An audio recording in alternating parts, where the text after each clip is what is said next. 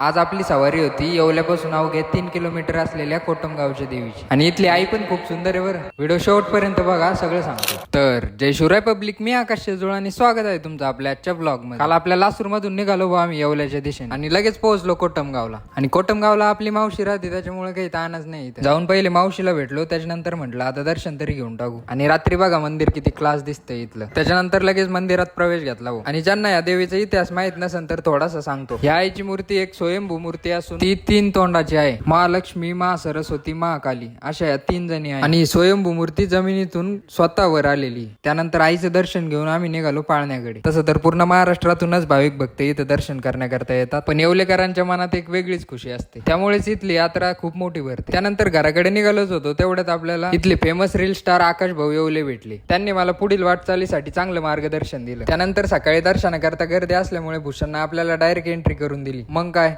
मनसोक्त दर्शन झालं हो आपल्या आईचं. तर व्हिडिओ कसा वाटला कमेंट मध्ये नक्की सांगा. तुमच्या भावाला फॉलो करायला विसरू नका. धन्यवाद.